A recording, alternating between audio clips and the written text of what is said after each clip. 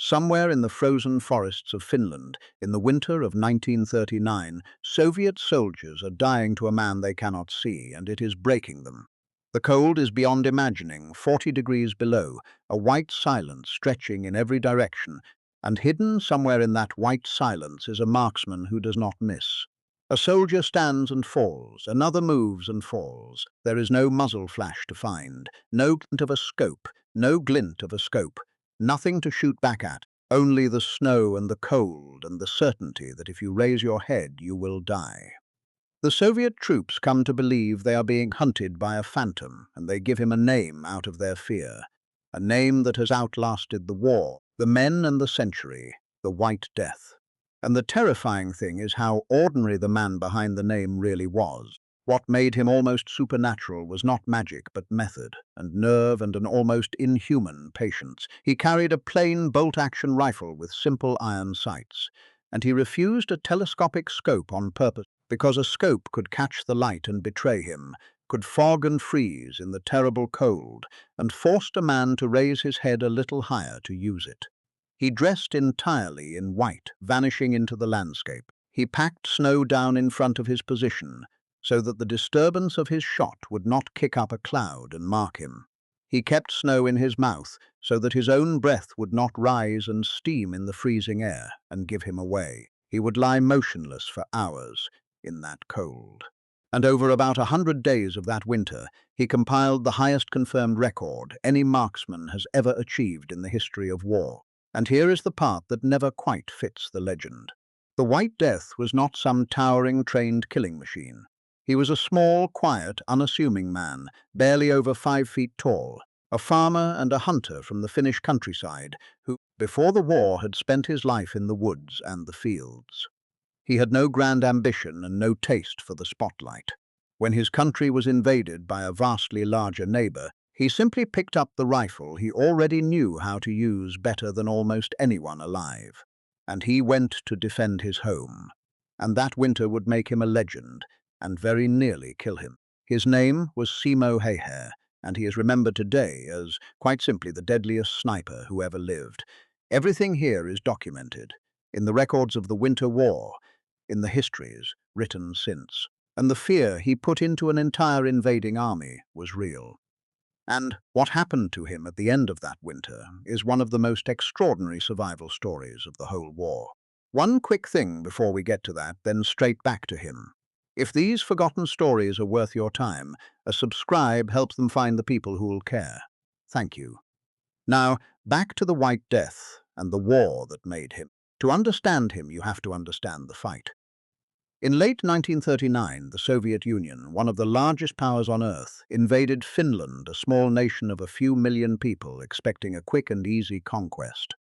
Instead, the Finns, hugely outnumbered and outgunned, fought back with a ferocity and a cleverness that stunned the world, using their forests, their winter and their skis to bleed the enormous Soviet army in the snow. Simo Häyhä was that resistance made flesh, one man with a rifle and an intimate knowledge of the cold and the woods, turning the invaders' own environment into a weapon against them. The Soviets threw everything they had at finding and killing the ghost in the white suit. They sent their own snipers to hunt him. They called down artillery on the places they thought he might be. And still, day after freezing day, he was there, and their men kept falling. There is a psychological weight to that kind of warfare that is easy to underestimate. Ordinary combat, as terrible as it is, at least gives a soldier something to face and fight back against. What Häyhä imposed on the invaders was different, a formless, ever-present dread that turned the simple act of standing up, or crossing an open patch of snow, into a lethal gamble. Whole units began to move differently, to hesitate, to lose their nerve in the white silence, because somewhere out there was a marksman they could not see and could not answer.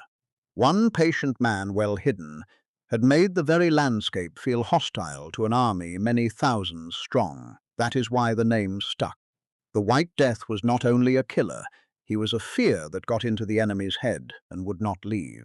For most of that winter, nothing they tried could touch him. He had become the single most wanted man on the enemy that wanted nothing in the world so much as to end him.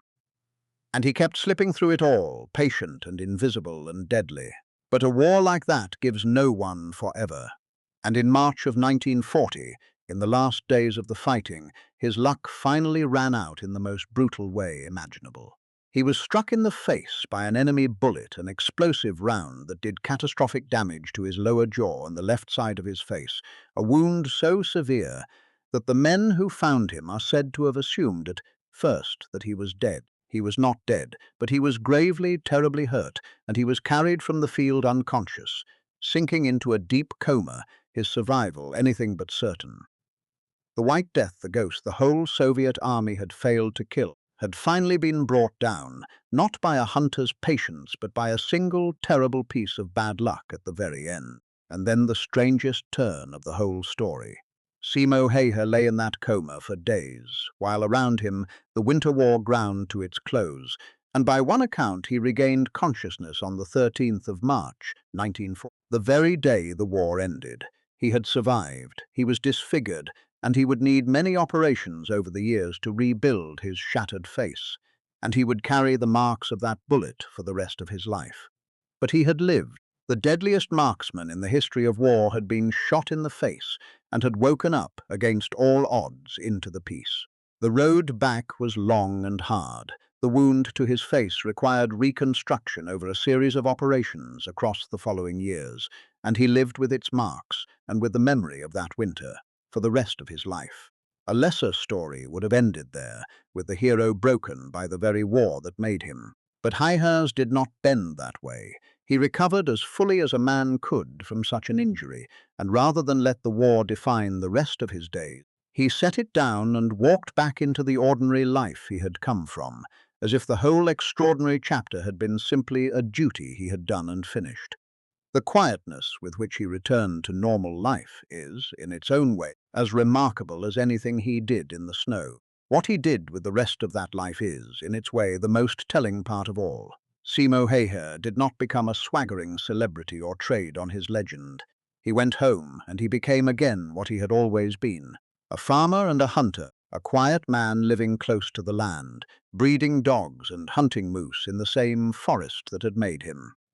He avoided the spotlight and rarely spoke about the war, and when people pressed him on how he had become so deadly, so far beyond anyone else, he gave answers of almost maddening humility. Practice, he said. He had simply practiced. He credited good luck and let the rest go.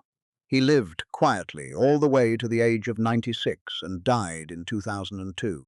That is the whole story, and its heart is that contrast. The White Death was a name to terrify an army, a legend of an unkillable ghost in the snow with a record no one has ever matched. And the man who carried that name was a small, soft-spoken farmer who never wanted the fame, never boasted, defended his home when it was invaded, survived a wound that should have ended him, and then went quietly back to his fields and his dogs and his woods for another 60 years. The legend and the man could not seem more different, and yet they were the same person, which is exactly what makes Simo Häyhä impossible to forget, the deadliest sniper who ever lived, who wanted nothing more, in the end, than to be left in peace with the snow he knew so well.